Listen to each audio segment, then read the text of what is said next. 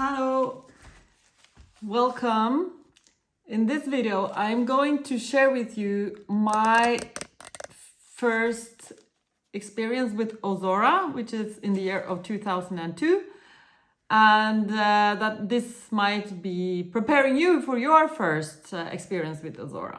So first and foremost, it was sort of life transforming, and I got a lot of interesting insights, and I went to a lot of interesting lectures on psychedelics and society. I went to yoga lessons, I went to body arts lessons, I did a lot of interesting stuff, but I'm not going to go deep into my experiences, but I'll be more focusing on the immediate impressions and the practical information that could be useful for you if you're going to OZORA. So when we came there, our first impression was the area as enormous, with light shows and music and people all everywhere. And people are, they are interesting to watch themselves because they are like artworks. They have a lot of beautiful tribal tattoos, and their hair is special, and they wear these Mad Maxy sort of hats and glasses. And you have a lot of people walking around juggling, or they're strolling around. There are very beautiful people there. And there are many people that are there for partying. So there are many people just lying around in hammocks or on the grass, sleeping. In addition, you have a lot of people looking sort of crazy because they have this clubbing outfit. So they look like they're from another planet in some sort of way. And it's kind of funny to just do people watching there. So another thing is the vibe. The people are super friendly. Then I'm a sort of distracted person. So I tend to I tend to leave my passport and my wallet and everything. And whenever I kind of stand up and walk to the next place, and then what's happening is like people are running after me to kind of give me back the things that I lost. So I just left. So it's a very friendly atmosphere. What was also kind of funny, and that I was asking myself for a long time, why do I see this? These people walking around with umbrellas that look like jellyfish. And a friend of mine explained that it's because it's like when you have a group of tourists, these umbrellas make it possible for the group to find back to each other, and it's kind of a competition to have the coolest umbrella, the coolest jellyfish that is kind of moving above the crowd. So it kind of makes it becomes a part of the show. So to sum up the atmosphere, it's sort of a lot of tribal elements. So you're in a sort of a tribe, and it's kind of a Mad Max atmosphere. It feels like you're in the kind of market in Mad Max. You're kind of walking around, and it's also a psychedelic atmosphere. You'll have all these symbols related to psychedelics, like mushrooms all over the place, round forms, teepees, which is typically what the indigenous societies have, these tents. So the tribal and the indigenous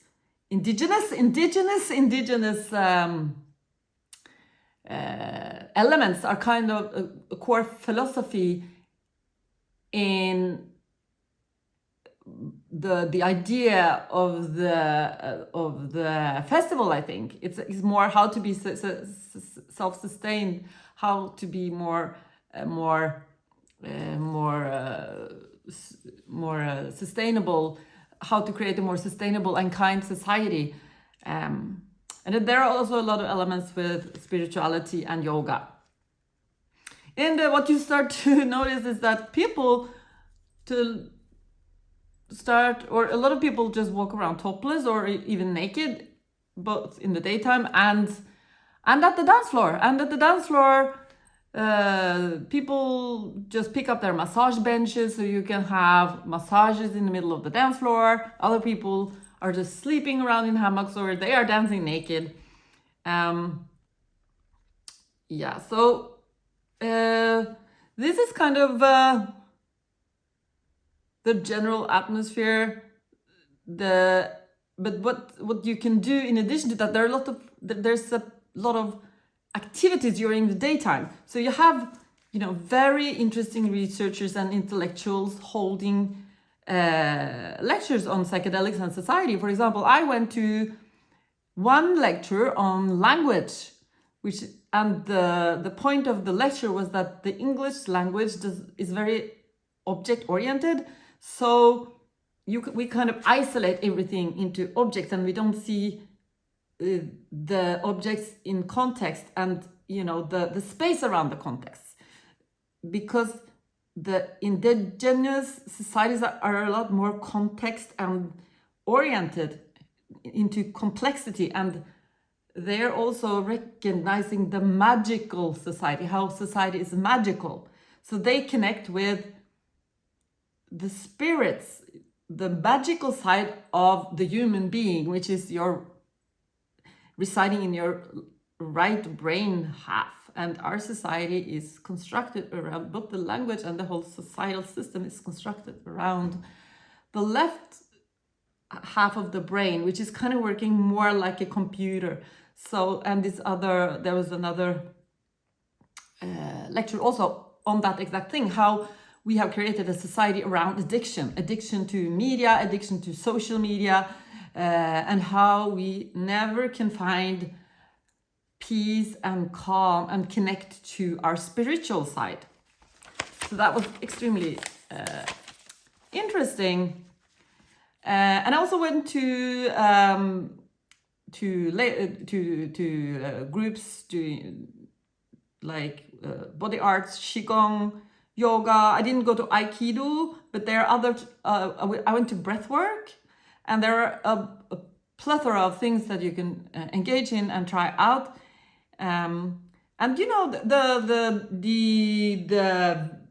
they have so much art around there. Like there are beautiful statues, greenhouses, beautifully designed buildings. So it's like, and there are art galleries, there are artists doing their art while like outside of the gallery. So it's just like a huge art gallery, the whole place, because it's the music, it's the light shows, it's the galleries, and they have their own big barn called Arty Barn, where you can actually try out different techniques, from filting to juggling to making things from leather. So you can kind of try out your creative side in a way. You can get in touch with your creativity. So yeah.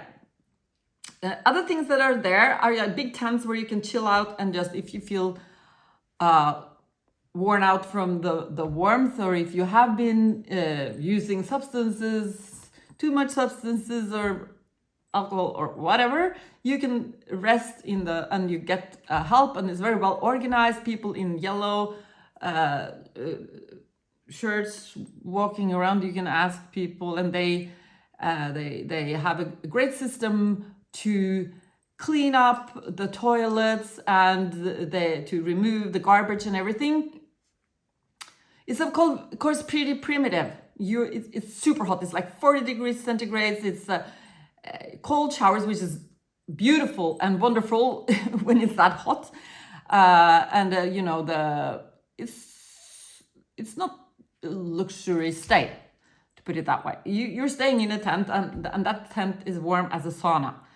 So, but it's also a good thing to get this immersive experience that you will get if you stay there for a while on the premises. Because with the first day when we came there to watch and kind of went into the dome to listen to the concert and everything, and people were sleeping around in hammocks, and we were like, how can they possibly sleep in this noise?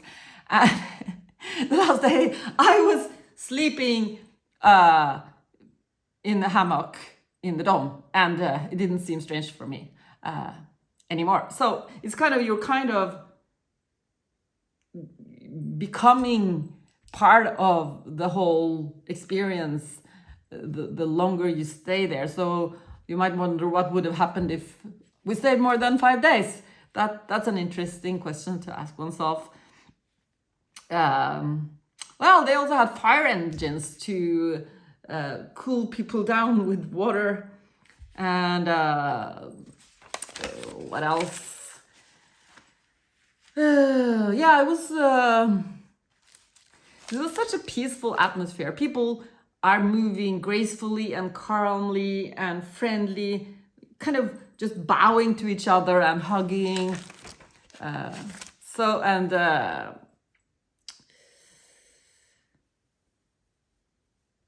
What if there's something at all that I would mention as not perfect? It's like the food wasn't that good, and maybe there should have been more vegan and vegetarian foods there. So the food wasn't great, and very long lines. You always had to stand in line to get coffee or to get food.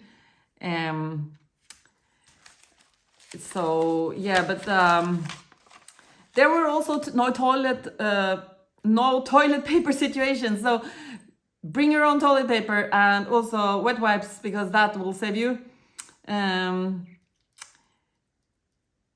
If you can, it's a good idea to find a shadow for your hammock and your tent, but then you need to come pretty early to secure your spot. And then it's great to kind of find a spot which is not too far from the toilet and the tents. So OZORA is overwhelmingly big, and you just get you're sort of in a kind of mode where you just have to get over you first.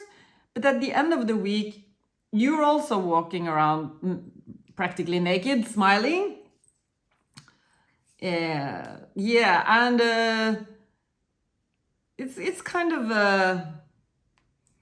an alternative universe that you disappear more and more into the more you were there. So that was my first OZORA experience, and it was amazing. I think I will return another time, and I would advise other people to try this out too. Thank you.